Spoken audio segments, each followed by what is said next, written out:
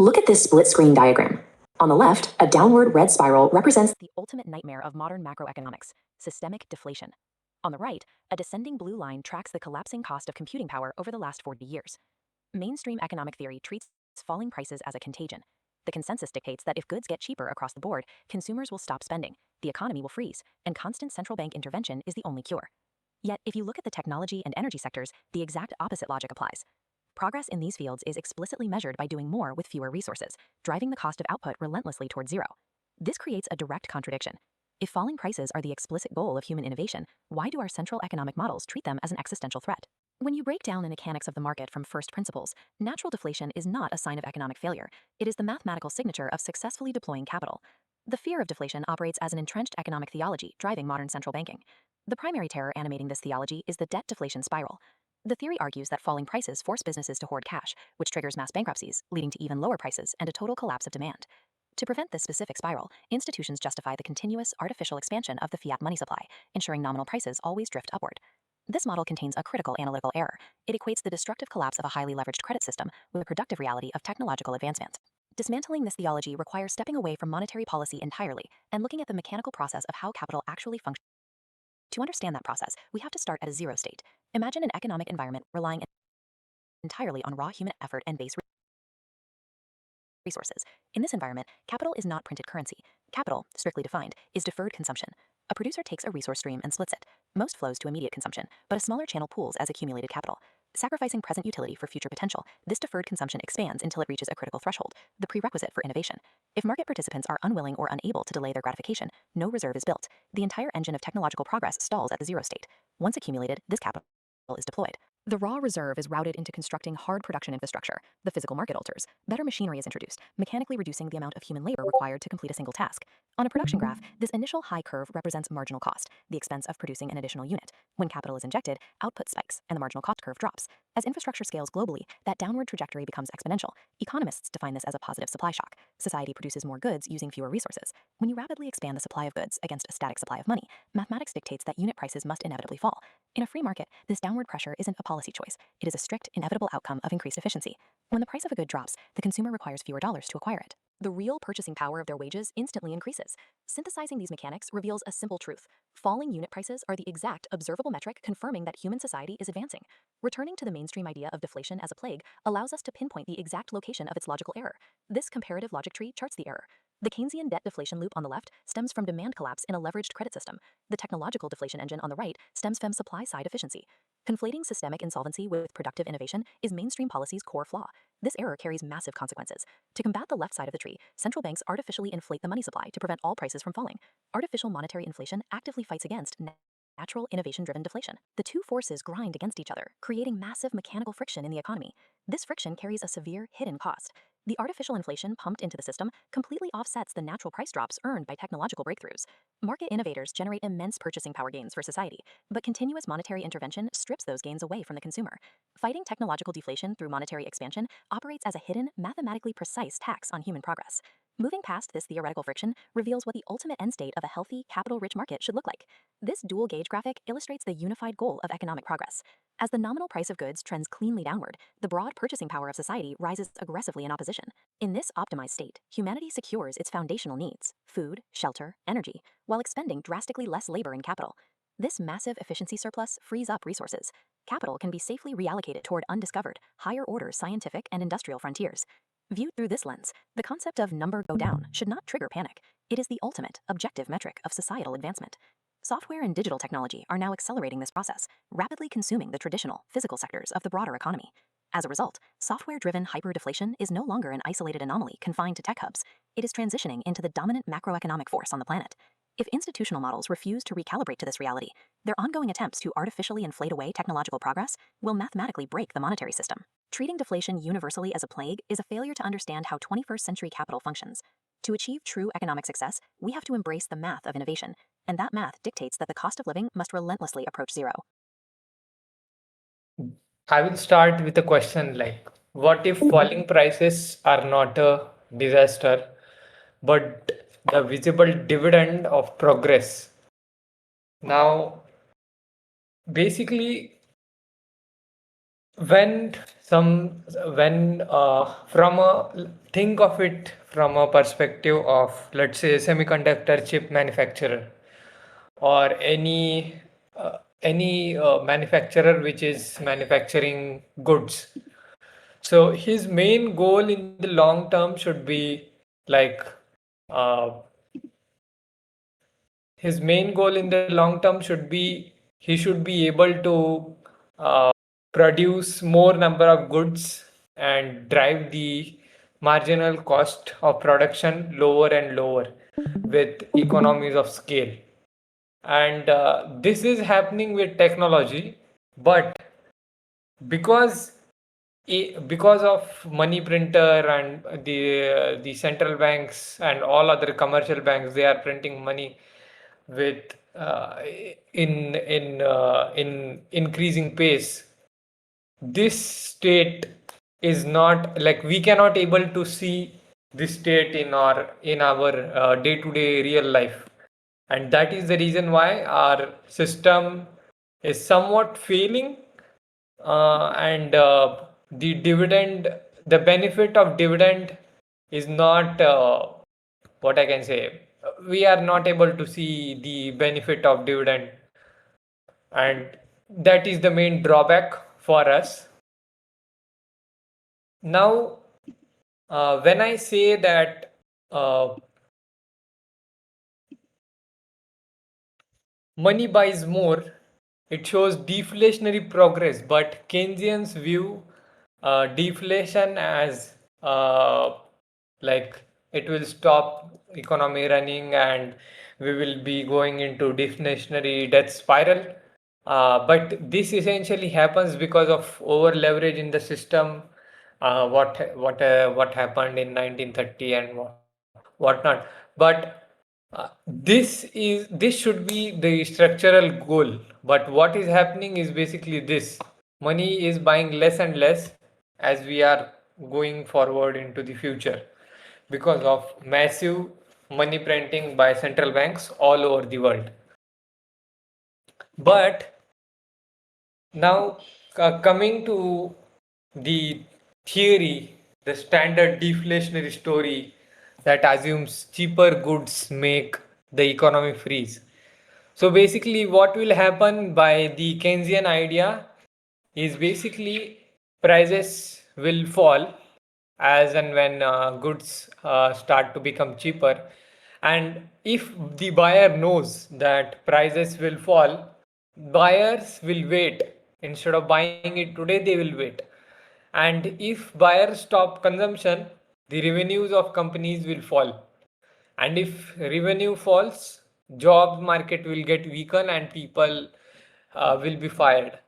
And this will turn into a loop, causing all of this happening in a loop. But on the contrary, does this loop explain technology markets where better products get cheaper and adoption still rises? So, if you look like the cost of storage, it has become cheaper and cheaper. The cost of what I can say, the cost of compute, the AI chips, like for example, the AI chips have gone from literally centimeters. I'm not too sure about centimeters, but the current technology which is used in AI chips is basically nanometers.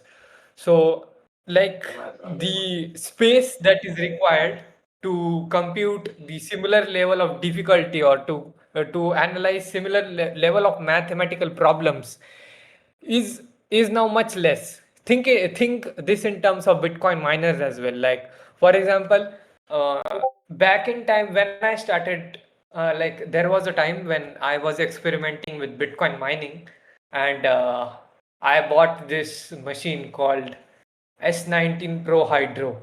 So this was a machine. It was heavy. It was like a CPU of your computer.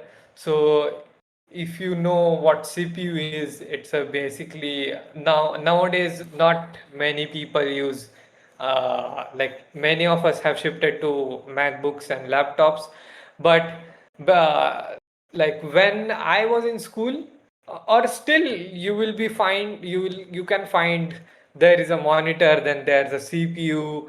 So that mining machine is basically a CPU.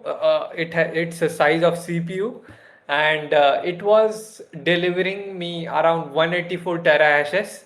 So that machine was delivering 184 terahashes. But now, if you go into the market and check uh, what is basically the miner is costing and how much terahash is it delivering. I'm not like I stopped following the mining markets for 2 to 3 years back, because I realized that mining is a tough job, and this is how it should be, like uh, because hard money, on a hard money standard, mining more money or bringing new money into the supply should become harder and harder, and this is how it is designed. So I stopped mining, and because of all other reasons, like technology, like electricity costs, and um, all other costs that came in. But if you go and check the current miners, it should be like that's that a miner of similar size should be having much larger terahash. So it should be around 400 or 500. I'm not too sure what is the current terahash in the mining rig, but yeah, that is the technological what I can say, technological innovation or technological adoption, which is making better products and making products cheaper. So when I started, there were S9s around. So S9, the product that I had was S19. So S9 is also of similar size. It was delivering around 90 to 100 terahash, and S19 Hydro was delivering around 185 to 200 terahash. So the size was similar, but the compute power was much higher. So this is basically technological adoption, which is making products better and better. And this does not necessarily uh, like agree with this thing, like prices fall, buyers wait, revenue falls, jobs weaken, and spending slows. So this loop will not happen in technological side of things. Then now, taking you into the modern policy, like how does this work? So basically, uh, fiat incentive. What is the fiat incentive? So if money loses value, cash savings hurt. And if cash savings hurt, you are incentivized to spend or borrow and spend it today. And this will drive demand for the goods and services that are produced. And this will cause unnecessary consumption, which should not happen in an ideal economy. But this is what happening in the today's world. And the policy promise which they are making, or policy premise which they are making, is basically inflation is treated as economic lubricant, where they say that 2% inflation. How did they came up with 2% inflation?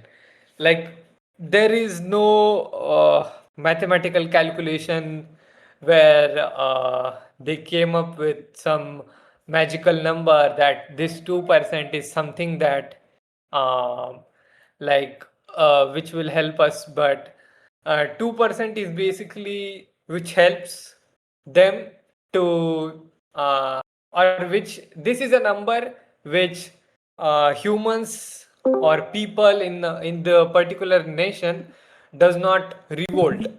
So if human, like this 2% inflation is okay to what I can say, if this 2% number is okay to control the human population, and 2% number is not seen as something something really bad.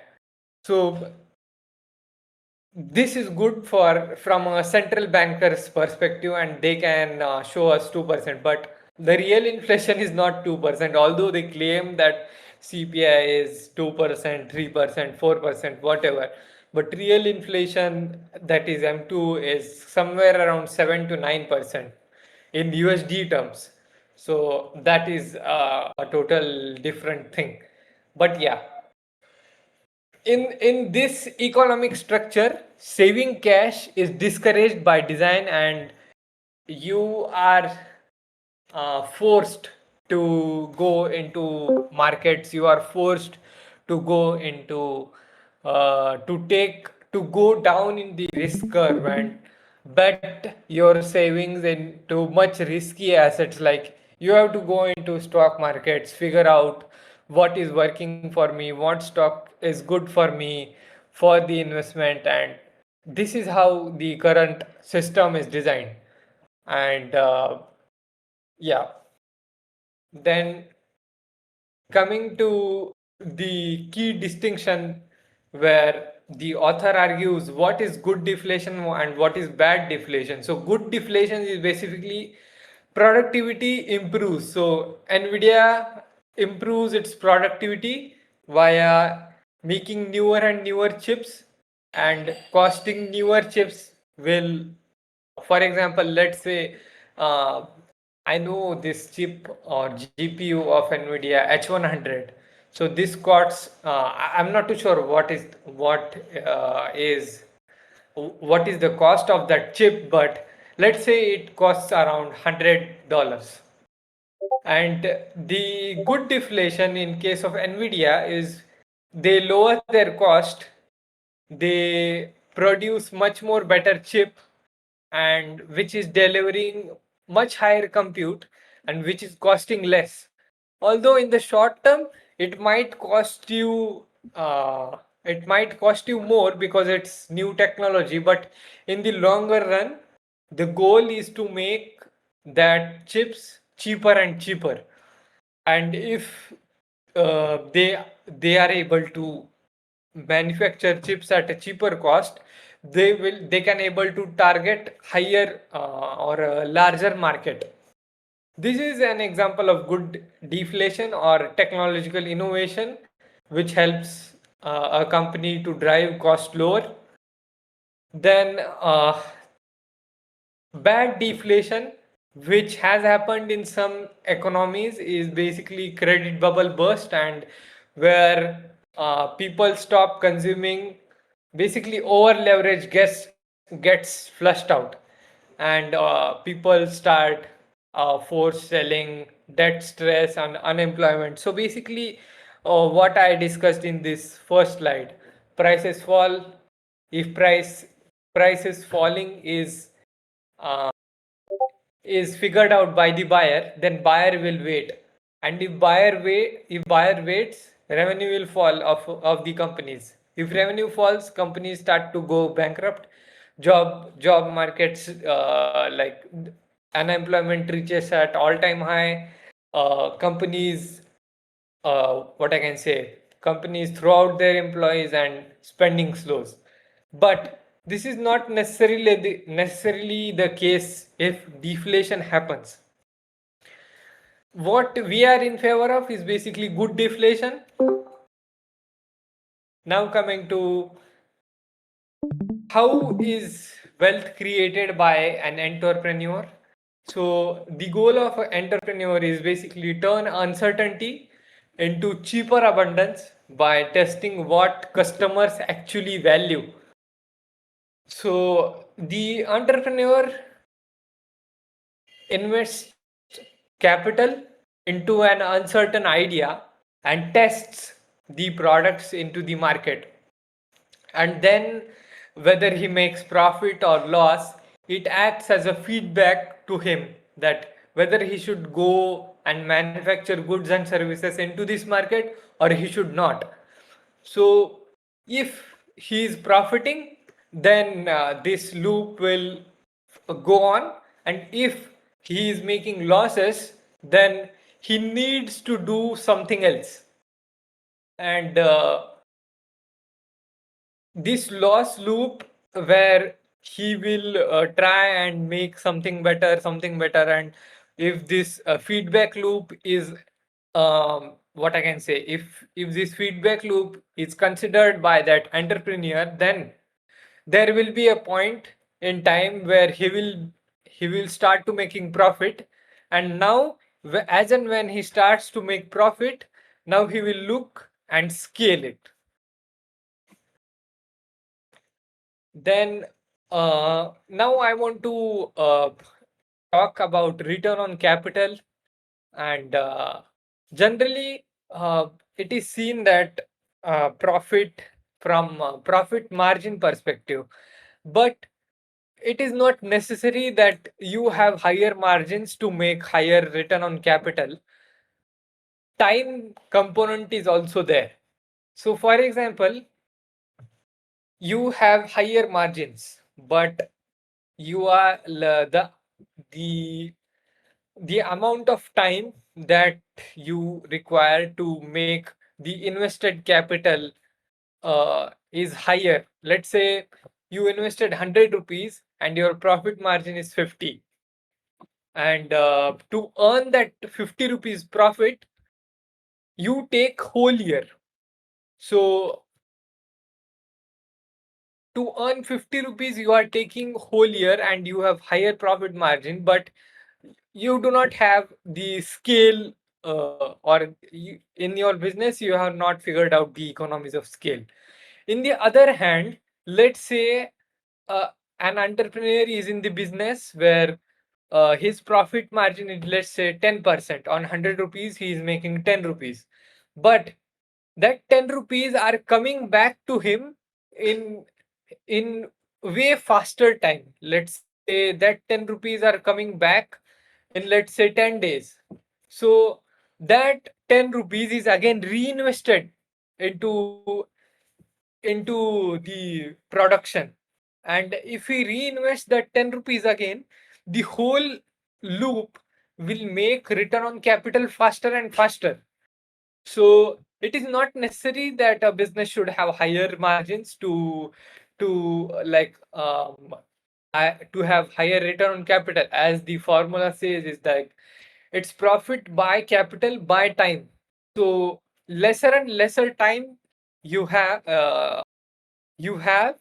the higher return on capital you can make. Now, coming into the productivity flywheel, competition converts innovation into lower real costs and wider adoption. So let's say uh, there is a competition. Let's say you are into manufacturing of clothing and you are the only player. So when you are the only player, you are okay to not innovate because you are the only player. But if there is someone else, let's say A company and B company. So if in the market there is only A company who has monopoly in textile, who has monopoly in clothing, that company is not incentivized to innovate. But if there's a competition in the market, and this competition will cause businesses to innovate and to lower the costs of production, lower the prices of final good, to basically reach higher population and higher masses. And higher volumes will fund more and more innovation, and this healthy competition will drive more and more innovation, and this healthy competition will drive cost lower, and the cycle will raise real purchasing power of a consumer. Then the computing shift. Now this is very interesting. Like uh, in the article, the banner of the article is basically back in time. It is huge computer, and then from that huge computer we have now shifted to laptops or MacBooks, and then at the end we have shifted to iPhones. I'm not saying that everything we can do on iPhones, but still they are able to do a lot of things that we were doing back in time on huge, large screen computers. And today, we have gone one step further in AI chips. So technological innovation has made the cost of computing cheaper and cheaper, but the monetary printing has, has is basically negating the effect uh, of technological innovation.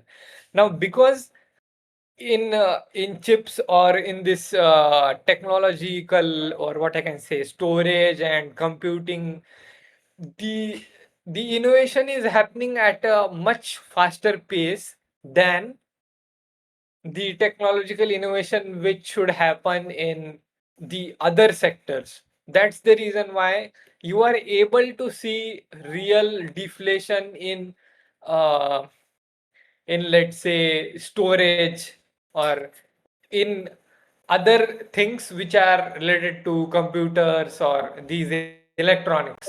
So electronics have become cheaper and cheaper, but the other things which are, what I can say, hard assets or harder assets to produce, they have not become cheaper and cheaper. Or let's say they are not hard, they are somewhere closer to not very easy and not very hard. Because of monetary printing, they have gone up. So in traditional in ideal case, in a hard money standard, where, let's say, it is not very easy to innovate, or very easy to, what I can say, very easy to manufacture and innovate, that thing also should that thing's price also should come down and down over the period of time. But this is not essentially happening. Let's say the cost of food, the cost of house, these are not getting cheaper, even though technological adoptions are happening in that space as well. We have started to use a lot of things in farming. There is continuous innovation in real estate. Because of 3D printing, there is an innovation, but still we have not come to a point where we are able to see that a new, what I can say, a new person who is now into the job market, and he is able to buy a house very easily. It's not the reality. So if you go in Pune or if you go in Mumbai, the average cost of the 2 BHK or 3 BHK flat, it's like, I'm not too sure about Mumbai, but I know the property market in Pune. So the average cost of 2 BHK flat is around a crore in a good society. And let's say a person is new into the job market and he has started earning. He's not able to buy flat with, let's say, like 5 or 10 years of earnings. Like, the only viable way to buy a flat for him right now is basically go and take a loan from a bank and buy that flat on a loan. So if he waits to buy that flat, I don't think he will be able to buy that flat uh, ever. I'm literally saying ever. If that guy is really, I mean, he should be really smart, he should be really top notch to earn in crores to fund that flat by savings. But this is not the case with average person. I'm not saying that anybody can't buy flat without taking a loan, but I'm talking in general sense that any any new individual who is entering into the job markets, he will be not able to buy flat via savings. And if he tries to build savings and then buy flat, and the most preferred option of his savings is basically FD. If that is the case, then uh, the rising in cost of flats will not like he will be never be able to buy that flat via saving his money into FDs. So this is the current case. Now coming into saving is not economic death when it funds tomorrow's production. So in the Keynesian economy, savings are basically disincentivized. So what does this mean? This means that you are incentivized to basically consume today and not save anything, or if I can say it right, you are incentivized to borrow from your future to consume today. So this is kind of a creation that we are in, that we are literally borrowing from our future and funding our today's consumption. Like if you guys are aware, I'm sure you are aware about these no cost EMIs and whatnot. These are products that are causing Indian, or not specifically Indian audience, but people around the globe to consume by borrowing your future from your future self and consume it right now today. But this is pushing the entire population into a rat race of like working in perpetuity and never getting out of this debt cycle. So this is how savings work in the current system. But on a hard money standard, I think if you are able to save, let's say 3 to 5 years, then ideally you should be able to fund your long-term expenses with your savings. And this was the case back in time, let's say in 1990s, or if you guys have someone who was working in 1990s, or who was working in 1990s, I think he didn't have a good enough salary, but he had his own house, he had 2 kids. I'm very generous with when I say he had 2 kids. He had more than 2 kids, to be specific. He was living very happily. He had basically he was able to run his family with lesser fiat or lesser number of rupees, especially in India. But today, even if the person has much higher salary when you compare to the person back in 1990, still that guy is not able to fund his own life. And if that person is not able to fund his own life, how is he going to think of marriage, having kids, and running a family?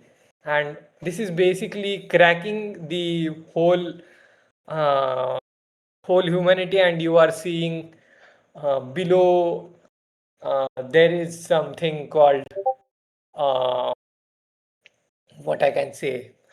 So 2.1 is the ideal number where for a country to have the population stable.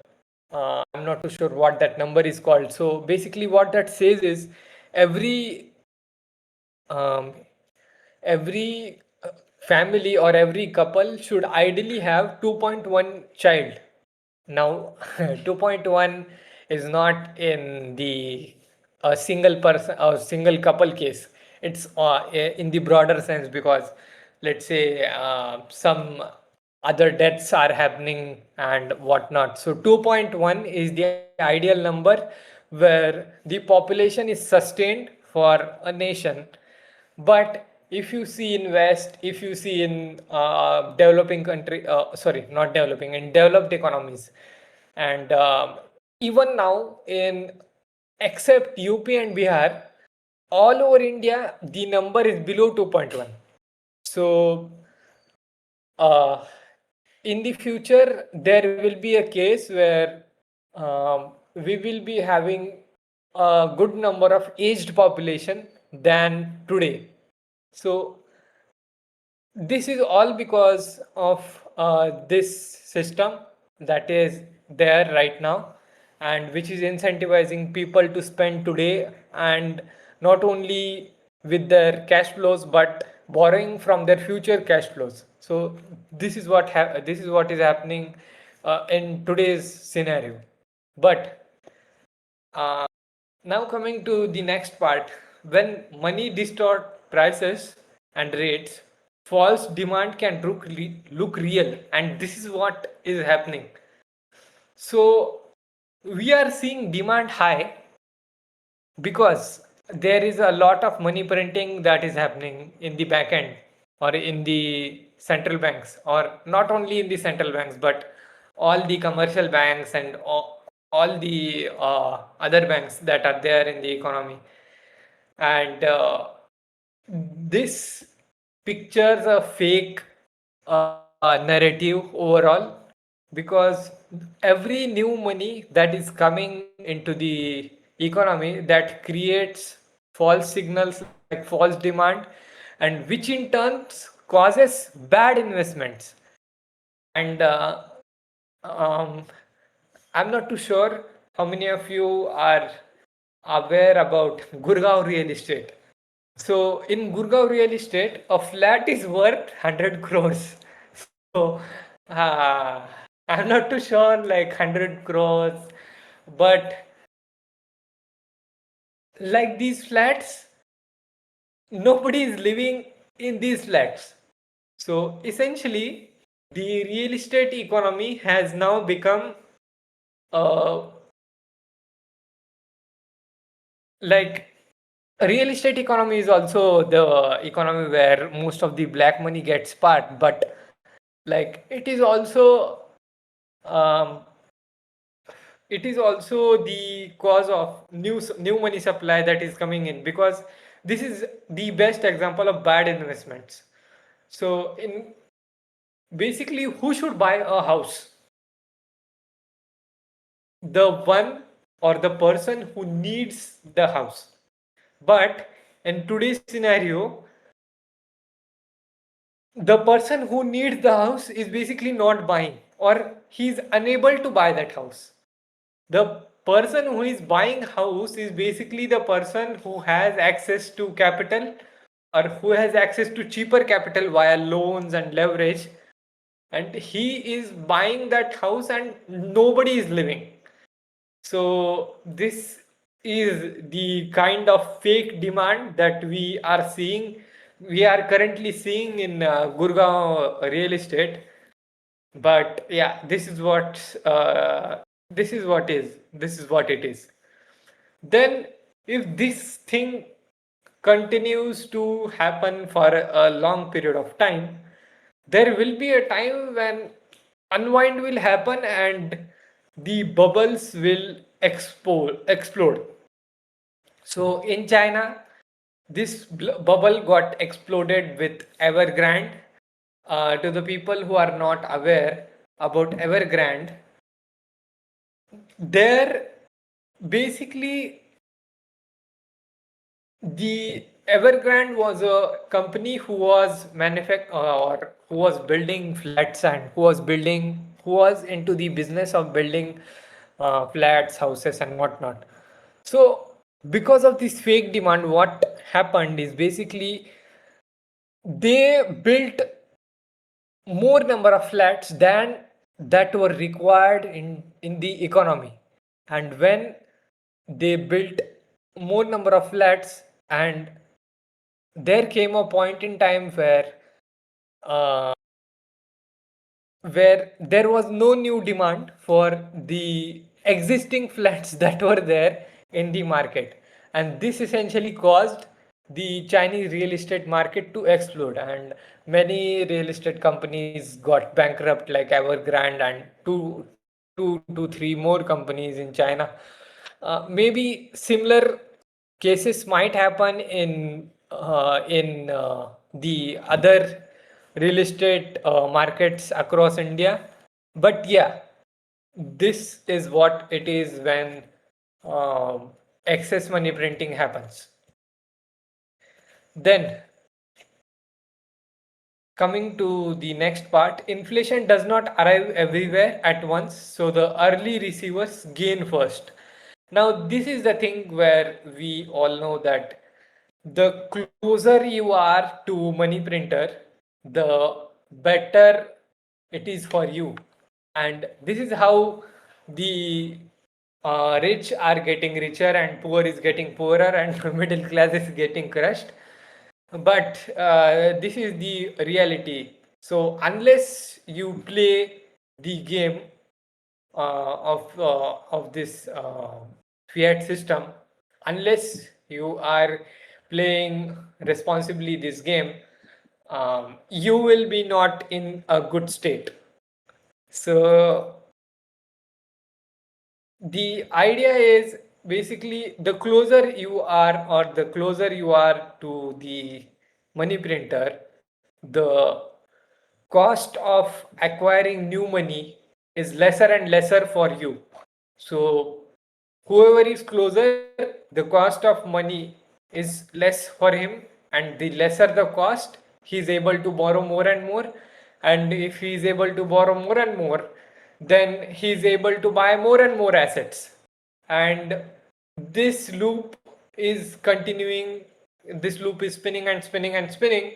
And um, as he borrows more, he buys more assets. He borrows more, he buys more assets. More new money is coming into the supply, and if more money is coming into the supply, the asset prices are again rising. But to see the effect on the wage earners or the people who earn salary, this effect generally arrives very late to the wage earners, and that's the reason why uh, if you see on X, there are some economists which compare the salaries in India of IT engineers back in, let's say, 2000s and today.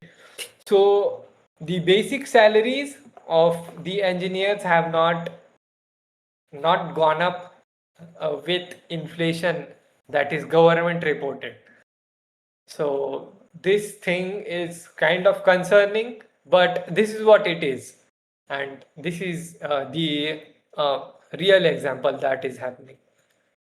Then, how will strong money help to help as an exit to the from this system?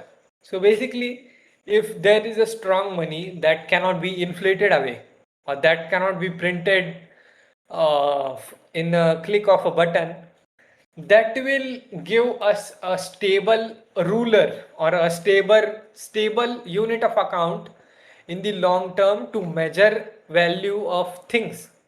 So there is a website called priced in Bitcoin 21, where you can see different assets priced in Bitcoin.